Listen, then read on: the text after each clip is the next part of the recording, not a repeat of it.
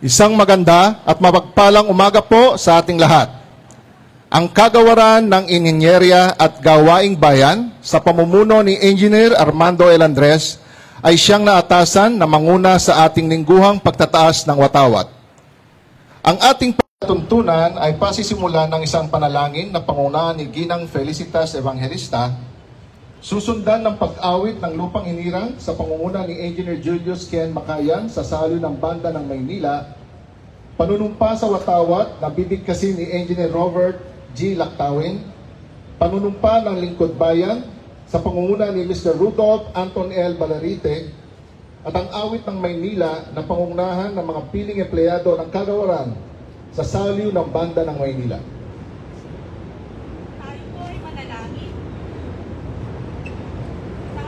Ama, ang anak ng Espiritu Santo. Panginoong Diyos, salamat po sa panibagong linggo na inyong bigay at sa mga pagpapala na inyong ipinagkakaloob sa amin at sa aming pamilya. Gabayan po ninyo kami sa tuwina upang maayos at mabuti naming maisakatuparan ang atas na gampanin bilang kawani ng pamahalang lungsod ng Maynila.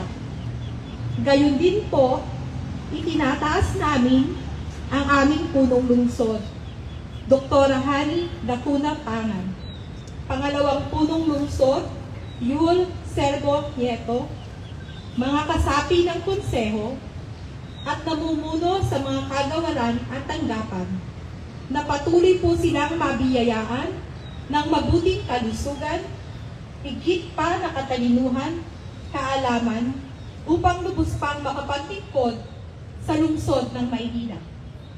Patawarin po ninyo kami sa aming mga kahinaan at pagkukulang, at malayo po nawa kami sa kapahamakan at tukso. Ang lahat pong ito ay samo namin sa pangalan ng inyong bugtong na anak na si Jesus, at sa pagpatnubay ng mahal na Birheng Maria. Amen. Sa ngalan ng Ama, ng Anak, ng Diyos Espiritu Santo.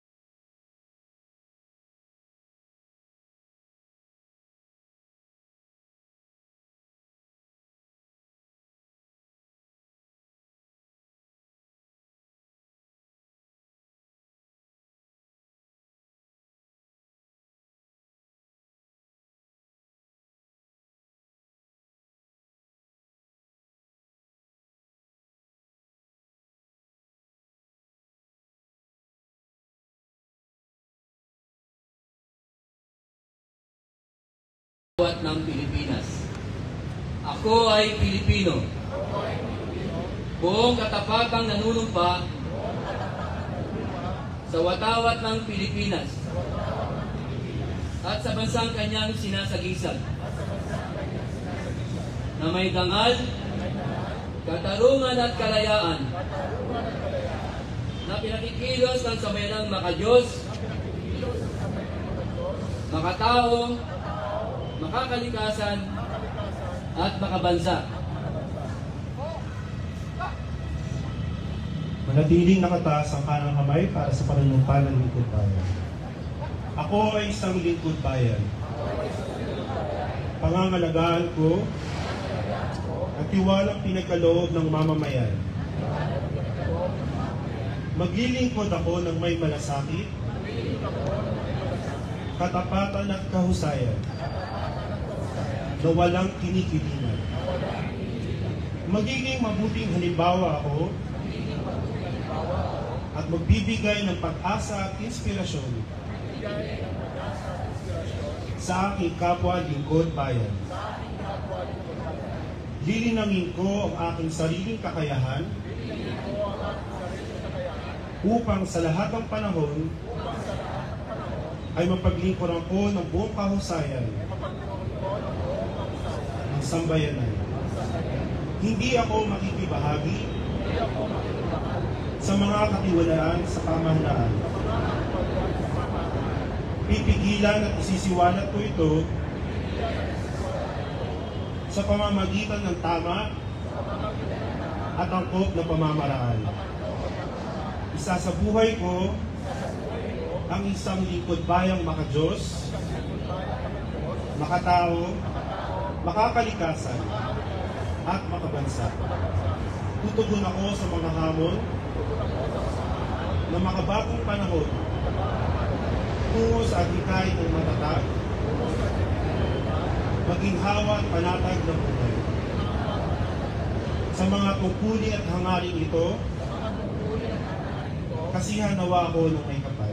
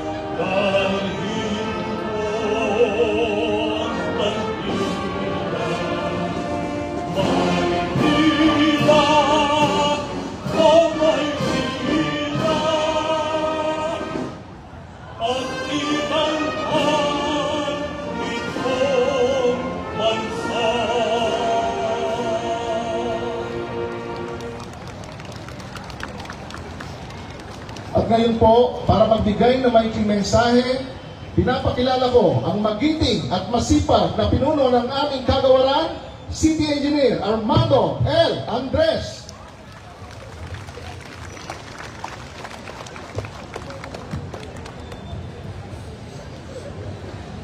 Isang mapagpalang umaga po sa inyong lahat.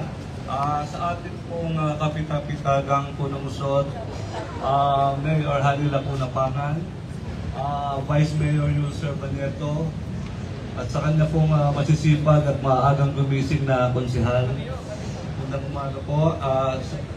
Secretary to the Mayor, Atty. Marlon Lacson, City Administrator Bernie Ang, at Chief of Staff Joshua Santiago. Magandang umaga po sa inyong lahat. Ang misyon po ng kagawaran ng Inhinyera Gawaing Bayan ay para magpatayo at magasiwa ng mga infrastruktura sa siyudad ng Maynila, kagaya ng pagpapagawa at pagsaayos sa mga kalsada, tulay at mga pampublikong gusali tulad ng ospital, palengke, eskwelahan at mga parke. Pagpapailaw ng mga kalsada at mga parke upang mas maging ligtas sa ating paglalakad at pagmamasya lalo na kung gabi. Pagpapagawa at pagmimintina ng ating mga daluyan ng tubig at pumping stations upang maibsan ang pagbaha sa ating lungsod. Pagsisiyasat at pag-issue ng mga kaukulang permits ukol sa mga pampribadong gusali bagong tinatayo at nakatayo na para mapanatili ang ayusan at proteksyon ng mga mamamayan. Rin po ay kinakarangal ko na iulat sa inyo ang mga gawa ng aming kagawaran sa kasalukuyan at ng nakataong 2023 sa suporta at tulong ng ating mahal na punong lungsod, Mayor Hanny Lacuna Pangan. Ang inyong likod po ang naatasan bilang mamuno ng Task Force Against Road Obstruction. Katuwang ang ibang mga departamento. Humigit kumulang 2,500 na kalsada na ang natanggalan natin ng mga iba't ibang sagabal para muli ay maibalik sa mga tao at mga bangketa at maisaayos ang daloy ng traffic. Katuwang ang lahat ng mga gawa ng kagawaran, pinapanatili na maging maayos at malinis ang mga kalsada, bangketa, daluyan ng tubig at mga pampublikong gusali. Natapos natin ang mga sumusunod na mga proyekto ng ating lungsod. Yung pagsasaayos po ng Lagosilad Underpass last November 2023, ang 10-story Manila Science High School ng December 2023, ang 10-story Casaro Armario Elementary School na may 227 fully air-conditioned classrooms. Pagsasaayos sa mga open spaces into pocket gardens na napalibot sa City Hall noong September 2023. Pagpapailaw ng ating mga kalsada gaya ng 88 Lacson mula Espanya hanggang Laon-Laan noong March 2023. At paglalagay ng mga solar studs sa buong Maynila. Ito naman po ang mga kasalukuyang proyekto ng ating lungsod. Construction of 20 stories San Sebastian residences. Mata-turn over na siguro itong mga April 2024. Ito po ay may 243 condominium units. Construction of 20 stories San Lazaro residences. By end of April 2024, ito po ay may 382 condominium units. Ang construction of 20-story Pedro Hill residences, mga bandang October po, mag-turnover natin. Ito po ay may 299 condominium units. Ang construction ng 10-story building of Albert Elementary School, fully air-conditioned din po ang mga classrooms. Ito, by early March po siguro, may nagawahan na po natin. Ang construction ng 10-story building of Ramon Magsaysay High School na may 232 fully air-conditioned classrooms by December 2024. Groundbreaking na rin po tayo ng construction ng 6-story building of Aurora A. Quezon Elementary School sa District 5. Magkakaroon po ito ng 75 fully air-conditioned classrooms. Ang construction of 6-story building of Emilio Jacinto Elementary School na may 35 classrooms na nag-groundbreak natin noong December 11, 2023. Ginagawa na rin po ang 2-story Aurora Quezon Health Center. Pati po ang Animal Pound Building sa Bitas. Para naman po ngayong 2024, ito naman po ang mga listahan ng ating mga proyekto.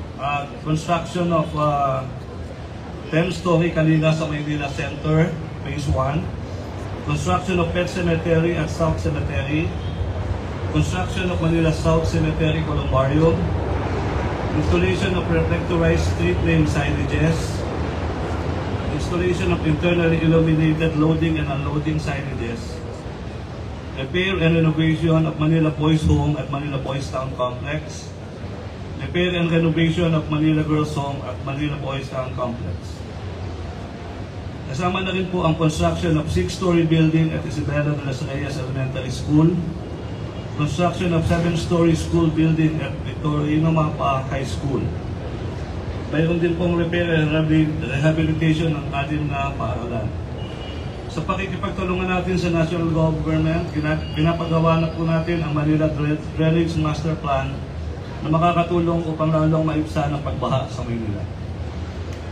Ito po ay ilan lamang sa napakaraming programa sa infrastruktura ng ating butihing mayora at makakaasa po kayo na lalo namin pag-ibayuhin at palalakasin ang aming kagawaan para maabot natin ang miniliting magnificent Manila. Sa pagtutulungan po ng bawat isa, kawani ng lungsod at sa pamumuno ng ating butihing mayora, we will bring back the glory of the old Manila. Ngayon po, malugod kong pinakikilala ang ating pinakamamahal na inanang lungsod ng Maynila, ang mayakda ng kalinga sa mga batang Maynila, kagalang-galang Alkalde, Hani Lacuna.